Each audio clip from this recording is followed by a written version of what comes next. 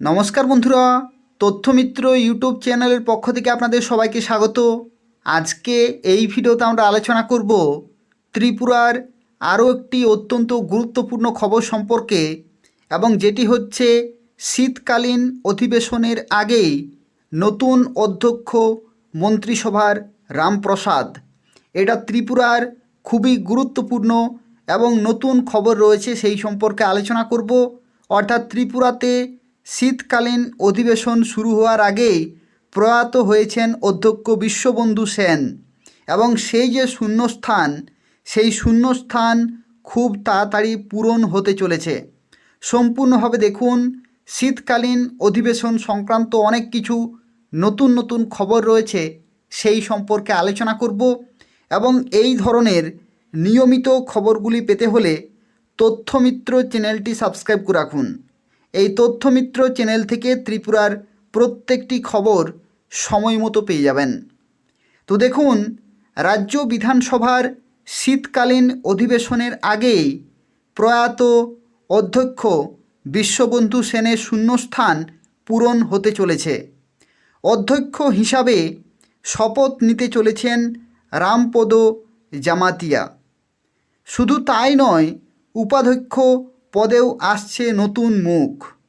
একই সঙ্গে রদবদল হচ্ছে রাজ্য মন্ত্রিসভায়। প্রয়াত অধ্যক্ষ বিশ্ববন্ধু সেনের গুরুতর অসুস্থ হওয়ার পরে কার্যত অধ্যক্ষ পদ নিয়ে জোর আলোচনা শুরু হয়েছিল।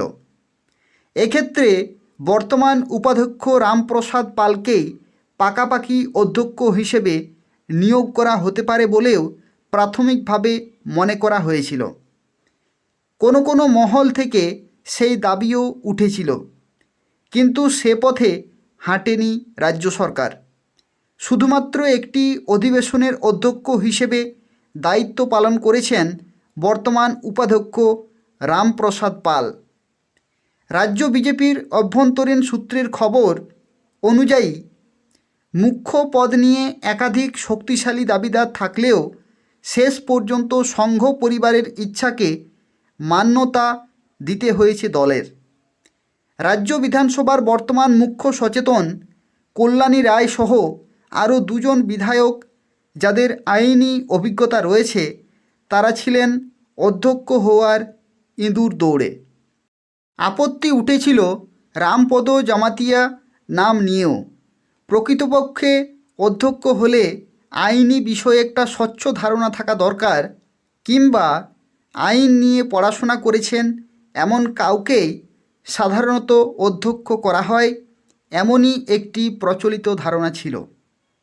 আর সে কারণেই রাজ্য বিধানসভার পরবর্তী অধ্যক্ষ হিসেবেও আইনি বিষয়ে পারদর্শী কাউকে বাছাই করা হবে বলে মনে করা হয়েছিল।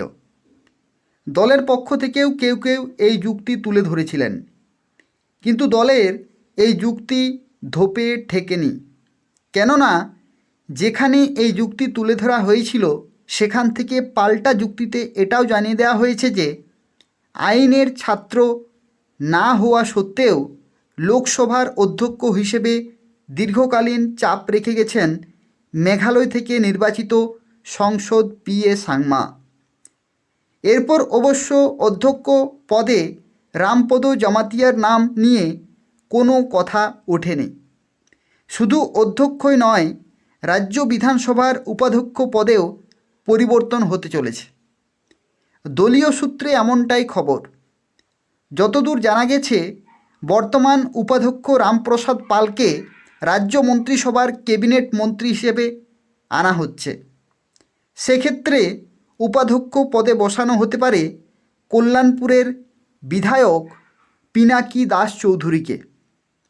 তার কারণ, নিজের সাংগঠনিক দক্ষতা এবং কল্যাণপুরে তার প্রশ্নাতীত জনপ্রিয়তা তাকে সংঘ পরিবারের এবং বিজেপির কাছে পছন্দের লোক করে তুলেছে।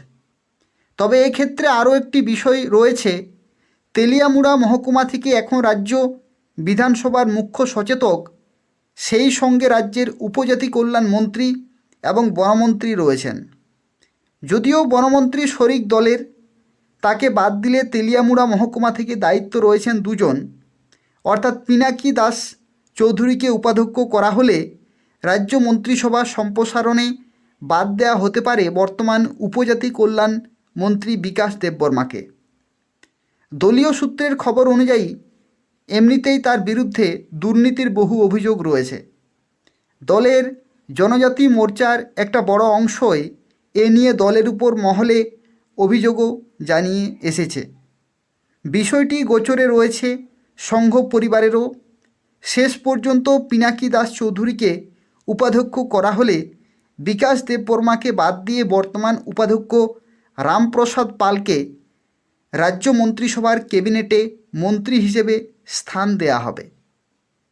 তো এই হচ্ছে বর্তমানে একটি অত্যন্ত গুরুত্বপূর্ণ খবর, যেখানে ত্রিপুরাতে শীতকালীন অধিবেশন হওয়ার আগেই কিন্তু নতুন অধ্যক্ষ হতে চলেছেন মন্ত্রিসভায় রামপ্রসাদ জামাতিয়া। এই হচ্ছে একটি নতুন খবর। আর ত্রিপুরার এই ধরনের খবরগুলি পেতে হলে অবশ্যই তথ্যমিত্র চ্যানেলটি সাবস্ক্রাইব করে রাখুন। এই তথ্যমিত্র চ্যানেল থেকে ত্রিপুরার প্রত্যেকটি খবর সময় মতো পেয়ে যাবেন। অর্থাৎ ত্রিপুরাতে সরকারি কর্মচারীদের ডিএ সংক্রান্ত খবর পাবেন, ডিআর সংক্রান্ত খবর পাবেন, অনিয়মিত কর্মচারী সংক্রান্ত খবর পাবেন, ষোড়শ অর্থ কমিশন, অষ্টম বেতন কমিশন সংক্রান্ত যা কিছু নতুন নতুন খবর হয়ে থাকে প্রত্যেকটি খবর আপনারা এই তথ্যমিত্র চ্যানেল থেকে পেয়ে যাবেন। তো যারা সাবস্ক্রাইব করেছেন খুবই ভালো, যারা এখনও পর্যন্ত এই চ্যানেলটি সাবস্ক্রাইব করেননি অবশ্যই চ্যানেলটি সাবস্ক্রাইব করে রাখুন ত্রিপুরার প্রত্যেকটি খবর সময় মতো পাওয়ার জন্য। ধন্যবাদ।